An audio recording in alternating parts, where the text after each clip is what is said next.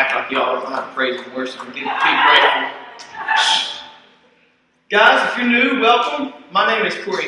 I have the honor and privilege to serve as the Celebrate pastor here on Monday nights. You guys are welcomed and loved, and if you don't feel that, just keep coming around, and you'll feel that.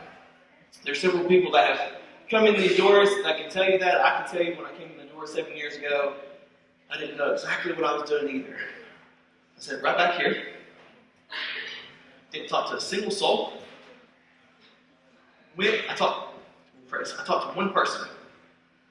After I talked to him, I felt way better about myself, and I ended up coming back. And that was Bobby. If you ever talk to Bobby, he'll make you feel 10 times better about yourself after you get done talking with him. If you don't believe me, he'll be up here. No, he won't. I think he's leaving. He's a guy with a cane. When you guys get a chance to talk to him, feel way better about yourself. Way better about yourself. If you're not involved with the group, man, what are you waiting on? You got to get connected with the group. If you're already in a group, great. Monday night groups aren't the thing for you, that's fine. But I'm telling you right now, you're making your life 10 times harder than it has to be because you're not involved with the group. You're not involved with the community. And I speak from experience. If it wasn't for my Monday evening group right before this, guys, they're the glue that keeps all this running. Just FYI, just in case you don't know. Okay? They're the reason Celebrate runs. I'm just a pretty face. Yeah. It's been a minute. I've missed you guys. I've missed being up here. Missed talking to you guys.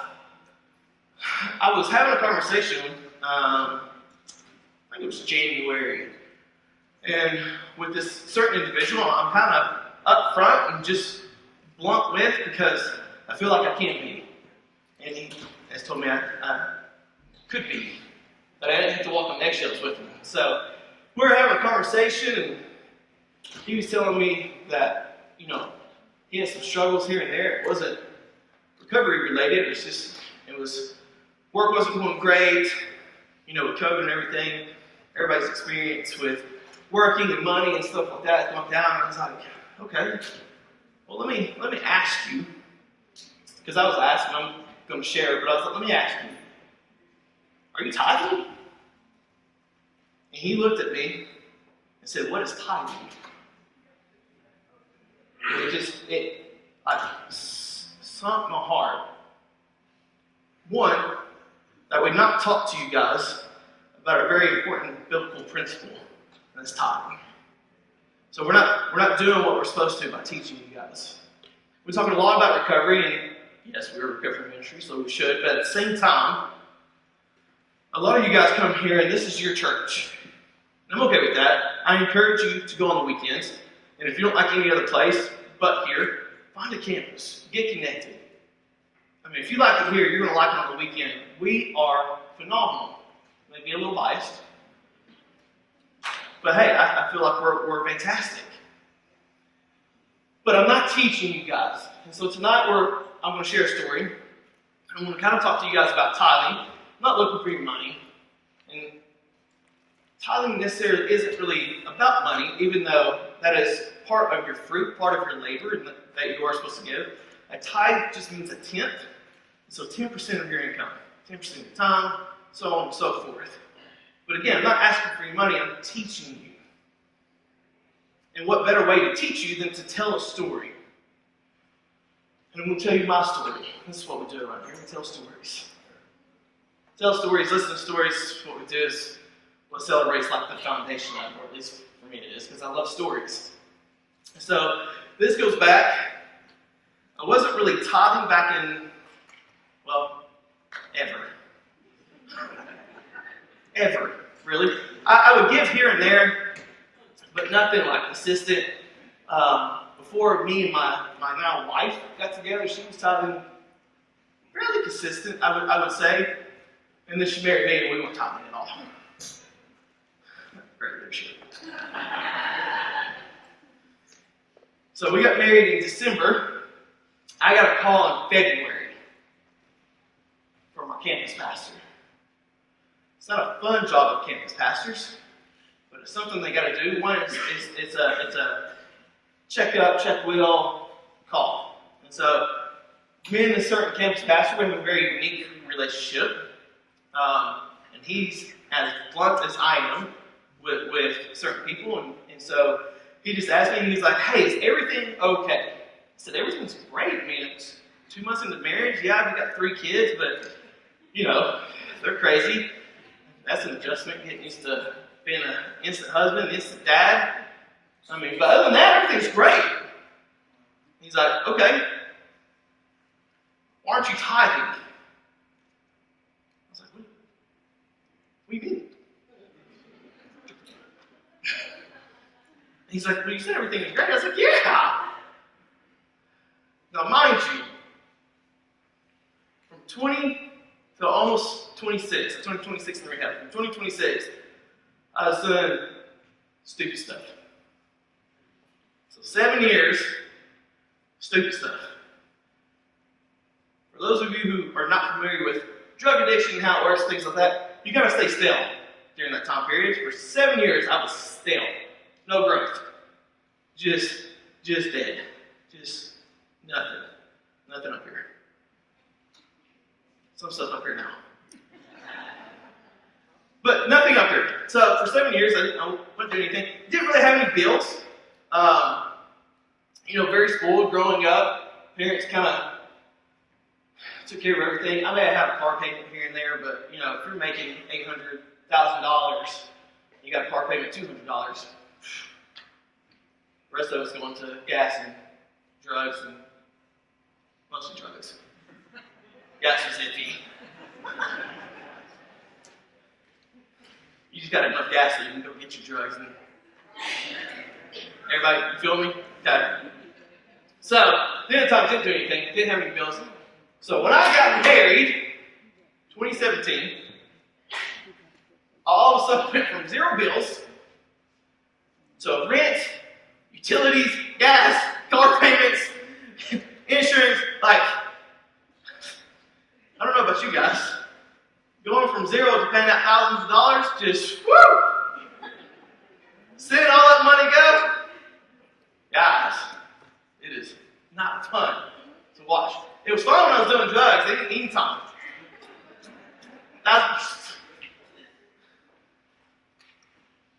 When you get off of it, you live in the real world,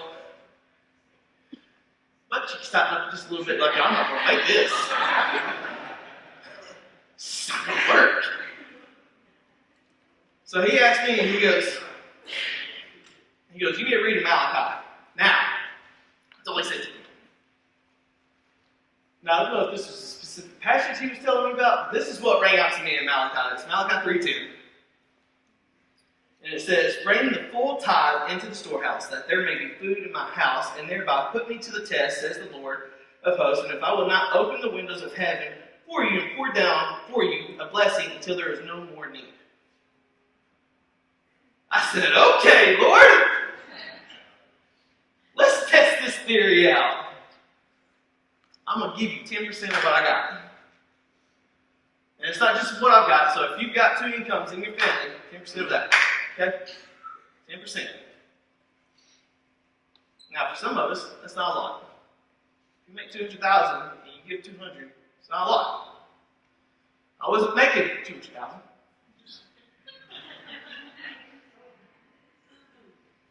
Keep in mind, I got 3 kids. And 1 on the way at this point. So 4 kids.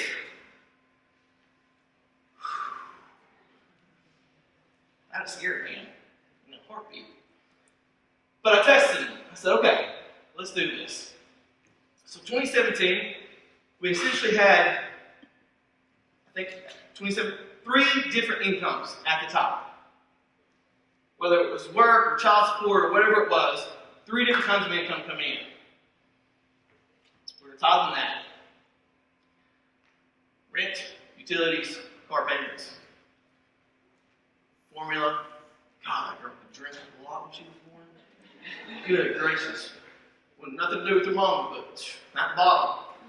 I don't know where she gets that from. She come out with 2 bottles. Daddy, my bottle. Yeah, baby. Double fisted. Learning not what you're supposed to do. So we started tithing. Well, before she was born, my wife had a 2000 Honda Odyssey with 300,000 miles on it. For those of you who don't know about cars, 300,000 miles is quite a bit on a car. If you take care of it, it can go about 4 or 5, depending on what brand of vehicle you get. This one is not taken care of. At all. Cobwebs in it when I was. Anyways. So we needed a new van. 4th child on the way. Every kid that we got was in a booster seat or a car seat or something like things are from the devil. From the devil. Needed a van. So what do? You go looking for one. Well, I tried everything in my power to go find one. Couldn't find a single thing. Finally, I did what I should have done in the first place. And just prayed. God, thank you for the van that you're going to provide for my family. You know our need. He says in Malachi, he's going to rain down favor on what you need. When you don't need anymore, he's going to stop. I'm in need of a van. So I go to Toyota. It probably helped a little bit that I worked there. But I walked in, and I talked to the managers. I just went straight into the bullpen. I said, listen, guys, I have no down payment. You don't want the trade-in. You're going to burn us. Okay? I got nothing. What can you do for me? They had a similar reaction. Were you all there?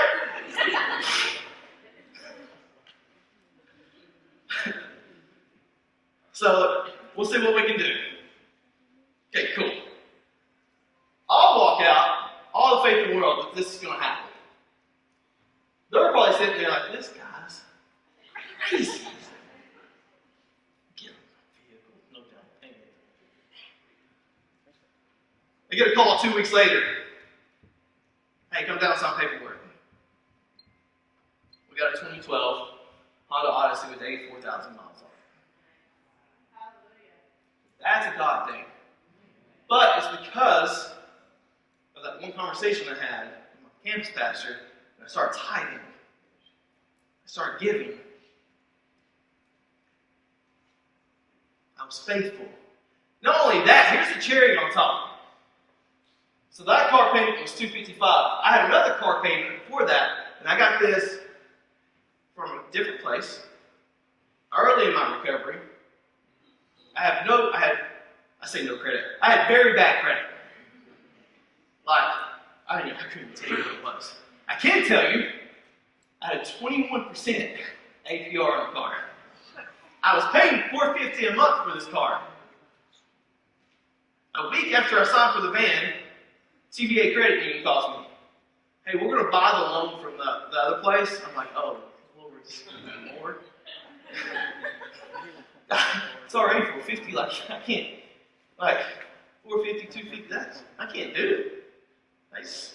And tithing? I'm going to have to give up tithing. Like, it's just not going to work. No. It's going to add an extra year, but we're going to lower your payment from $450 to $278. So I was paying $450 for one car, and then all of a sudden I get 2 cars and I'm paying just over what I was paying for one. Tell me that ain't a God thing. Let's go.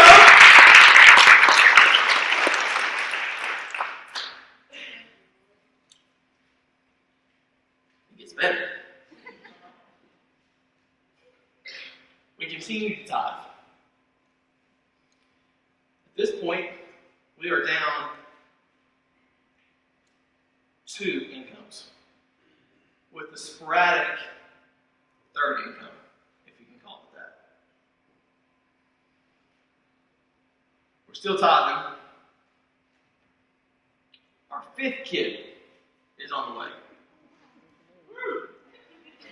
I currently, in my household, have a 10-year-old, an 8-year-old, a 5-year-old, a 2-year-old, and a 1-year-old. Yes. I'm a blessed man. My wife is a saint. She's got 6 kids to deal with. She's so happy I go to work. There was a time during COVID where I was stuck at home for 10 days. Day 4, she was like, "We need to go back." 6 more days. So 5th kid on the way. From the time I got into the apartment, we were in a 2-bedroom apartment with 4 kids, one on the way.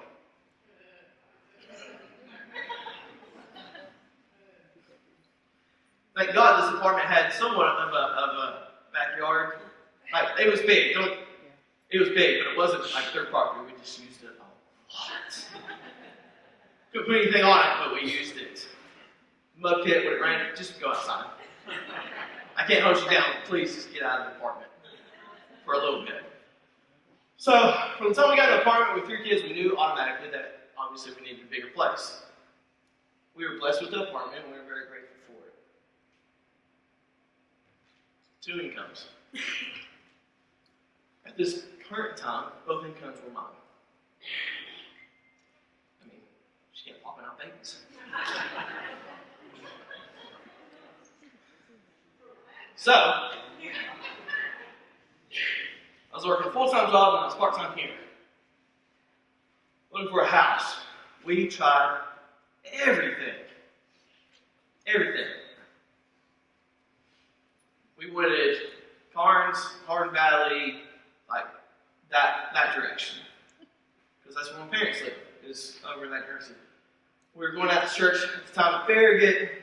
We were doing Monday nights here. Like, everything we did was not in Oak Ridge.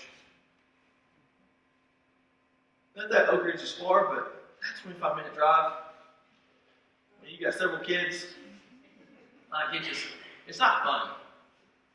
And then when you're at your parents' place and it's like 9:30 because the ball game, Tennessee sucks, and we play at 7:30 all the time because no one wants to watch us, and I get it.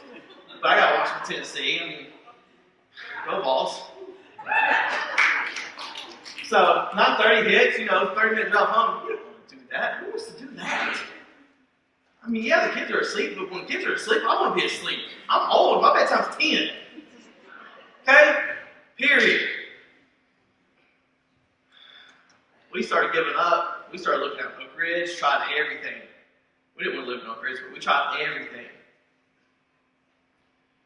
So, about mid-September 2019,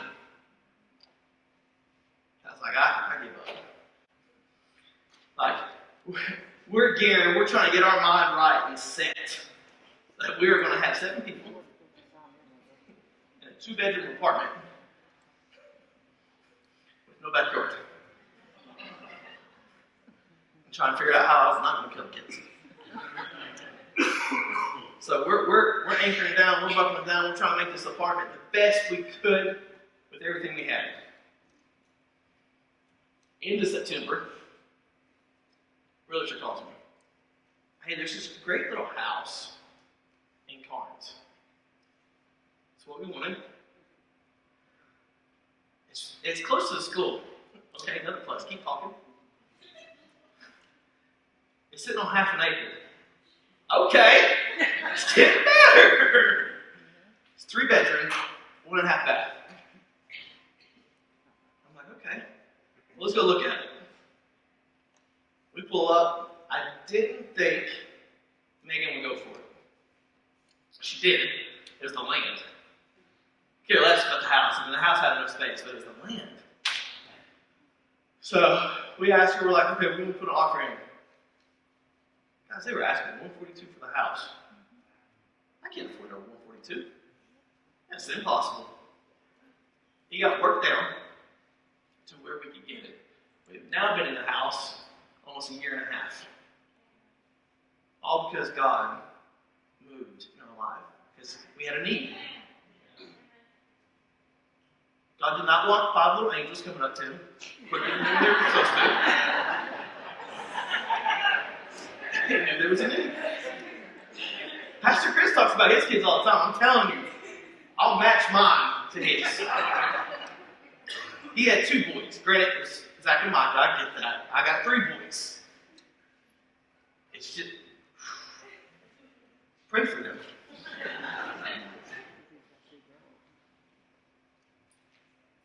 I say that to say this. In Proverbs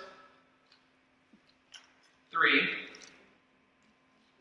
9 through 10, let me find it. It says, honor the Lord with your wealth and with your first fruits of all your produce. Then your barns will be filled with plenty, and your vats will be bursting with wine. I was faithful with what I had. Faithful. Because I was challenged. Guys, I didn't think I could do it either. Wasn't a big finance person, didn't love doing budget.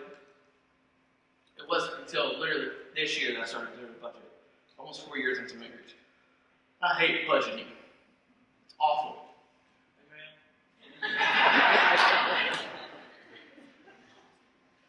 But you gotta do it.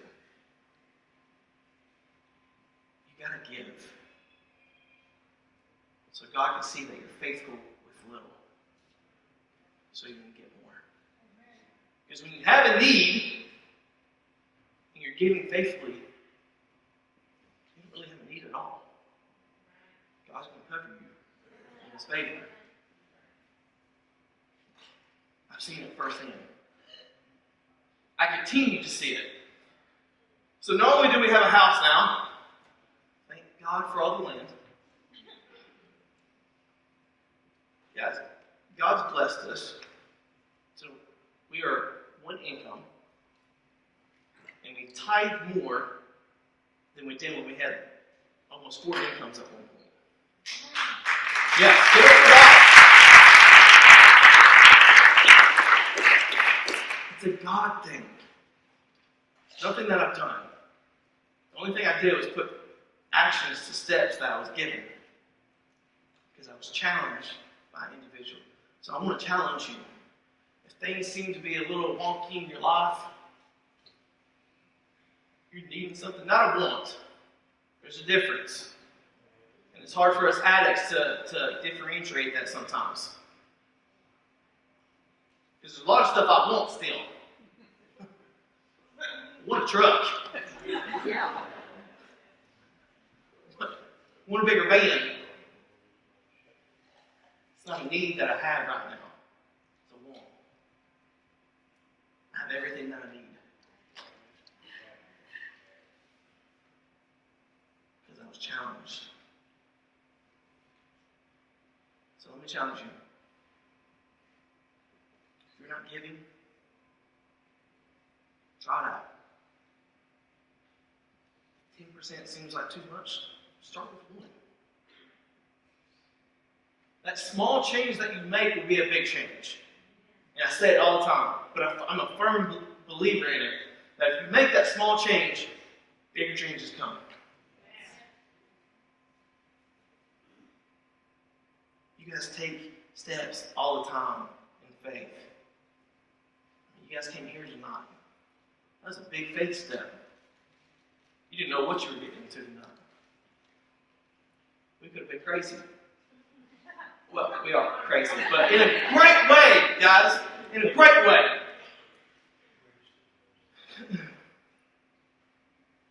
I'm going to leave you with this. 2 Corinthians 9:6. The point is this. Whoever sows sparingly will also reap sparingly. And whoever sows bountifully will also reap bountifully. What you put into it throughout all your life, recovery, finances, work, family, relationships, whatever it is, what you pour into it is what you're going to get out of it. So if you're not coming here, get into a small group. If you're not coming here, get a part of the community. If you're not coming here and serving, whether it's here or somewhere on the weekends or somewhere outside of here, to get outside of yourself, you will not reap nearly what you could. Guys, the best part of me being here is I was greeting at the front doors 6 months into being here 7 years ago. Now I get to be on the stage and love on you guys. That's God. That's nothing that I've done.